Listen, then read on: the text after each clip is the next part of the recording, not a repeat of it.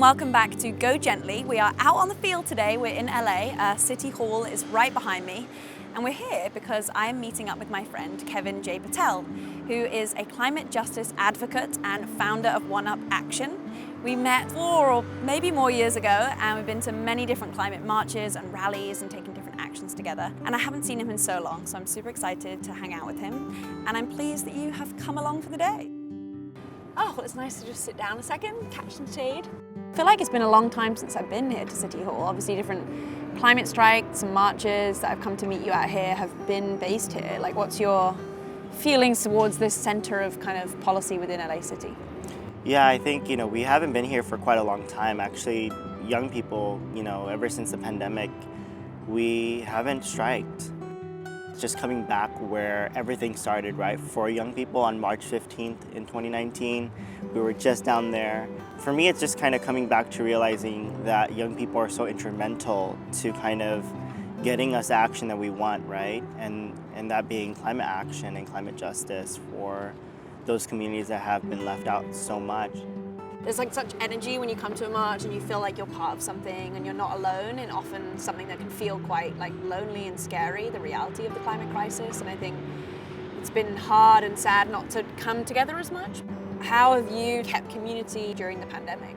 I think we were resilient, right? I think that one word describes young people. How we've been able to keep community is obviously digital striking and keeping up with the community of like what's going on, what issue, how can we fix them, and how can we keep shedding light on them. Obviously, we lost a lot of interaction and connection in person, but we also kind of have that connection through social media. And that's how we've been able to really kind of keep up the momentum for not only our movements, but also for climate justice and all of these other injustices we've shed light to during the pandemic.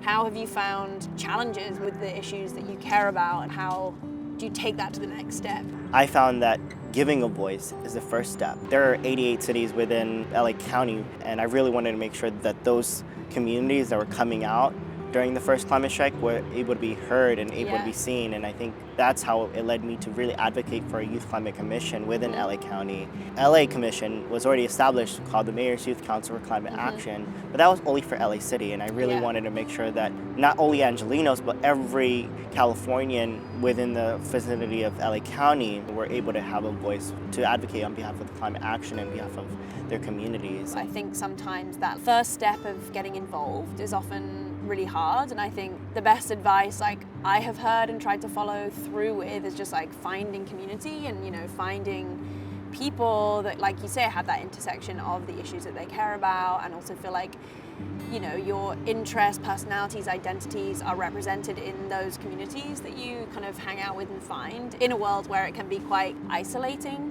No one's truly unheard, right? We all have a voice. It's about using that voice collectively to make change, to make impact. It's a matter of speaking up and speaking loudly about the issues and injustices that you're facing and that others are facing. We would have never had the civil rights movement. We would have never had the climate movement if no one spoke out.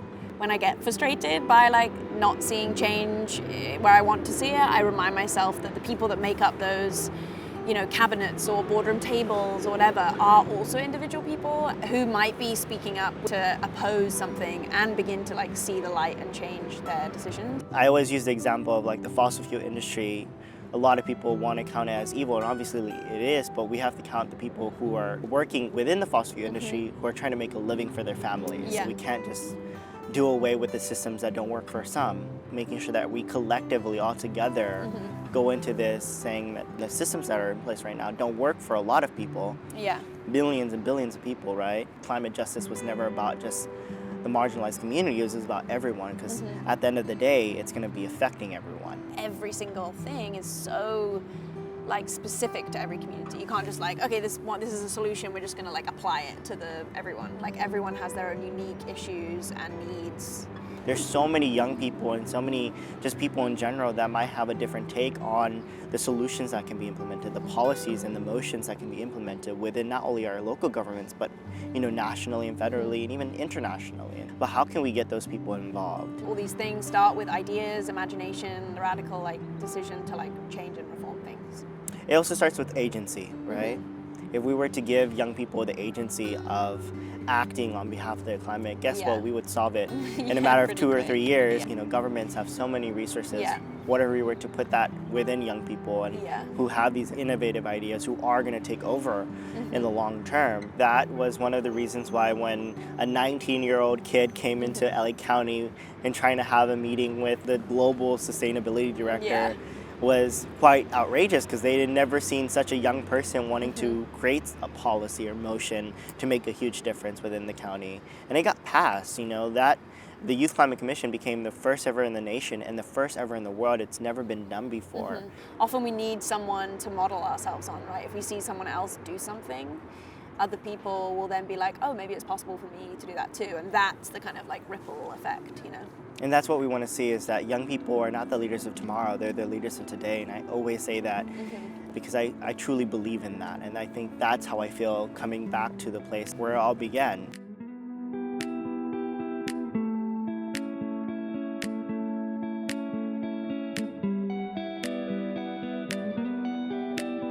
Yeah, it's like what's so weird about being here is you're in this beautiful park and you're like, oh, it's so nice, and then you're like, oh. 54,000 oil wells surrounding this whole entire park. And just imagine like the communities that live up the hill as well, right? Right next to the oil wells. So if there was a spill or anything like that, or there was flaring, releasing toxic air and chemicals and whatnot, it would just been devastating. They would have to close the park. It's the closest I've ever been to these. I've driven past them so much and seen them from afar. And I think, honestly, when I first moved to California, I'd never seen this before. I've never seen it out in the flesh, this kind of drilling and oil extraction. What does this mean for local communities, not just here in LA? This is obviously happening in other areas in California, Wilmington, places like that.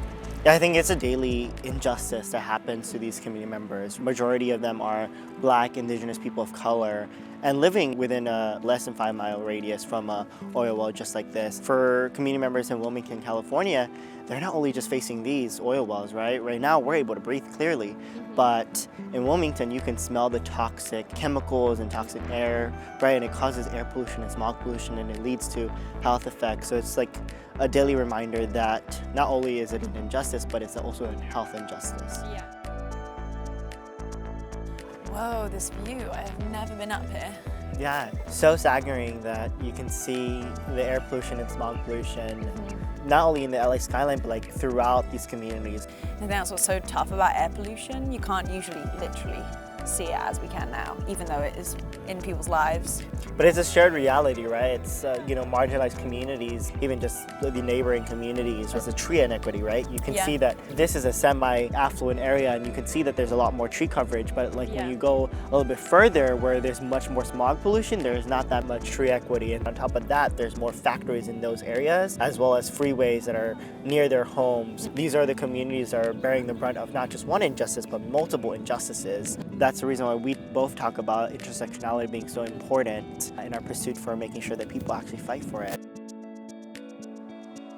We started in the heart of downtown LA. At City Hall. And took that moment to remember obviously the climate strike and kind of beginning there, and your kind of call and so many young people's call to action, and giving them a stage and a voice. It's been really interesting to just be here and get a bit more of a context of LA and the issues that come up here, and sort of what pulled you into this movement and everything. So many cities across America and the world are suffering from all the same things we're talking about here, this kind of disproportionate effect on different communities, and just how that ripples through all the issues like you were talking about. You can just see how you can't really tackle one issue without tackling so many. I would love as well just to shed some more light on One Up Action, and just to share with the viewers really what that is, why you started it, maybe how people can get involved themselves. I saw that young people, especially BIPOC people, didn't have a voice within the climate movement, and so I really wanted to give them the voice and the agency to do what they need to do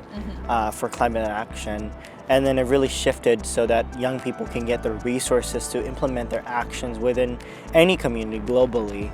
And now we're relaunching in April with our 3 new programs, 2 of them being fellowships, focusing on solutions to be implemented within global communities and local communities, equipping young people with monetary aid and just connections that they wouldn't be able to get from others or individually, right? And just making Yeah. sure that those solutions are highlighted and actually implemented. I think this year is the year of action and action being implemented.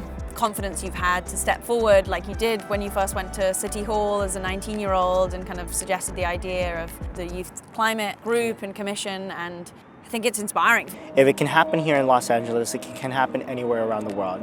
It's just a matter of speaking out and actually going ahead and doing it, right? And Yeah. we'll be there to help you. And so that's why One Up Action exists, to help those individuals, young people who have those ideas, who have the solutions already and are wanting to implement them. It's just about equipping them to do it. What I look forward to the future is to make sure that there's no injustices, right? We're tackling not only the climate crisis by its roots, but we're tackling all these injustices by the roots, and those being the systems of oppression, and implementing our intersectional ways and making sure that people are able to be connected and utilizing their voices for justice. So at the end of the day, it's justice, and that's what I would feel will usher in the future that I want to see, making sure that people are able to implement solutions. And I think for so many people watching, if maybe they're like, where do I start? How do I begin? You can look up One Up Action, maybe just type in your local area and find a group and just find people who you feel like represent you and you feel seen in that group, because I think that's helpful. 100%. I think that's how you find community. To our first point, finding community. Yeah, definitely. Well, we have had it today. A nice communal day after so much texting and living online. It's been good to spend the full day after these years apart. Thanks for hanging out. Thank you so much for inviting me. Yeah, of course. The sunset's perfect. It is.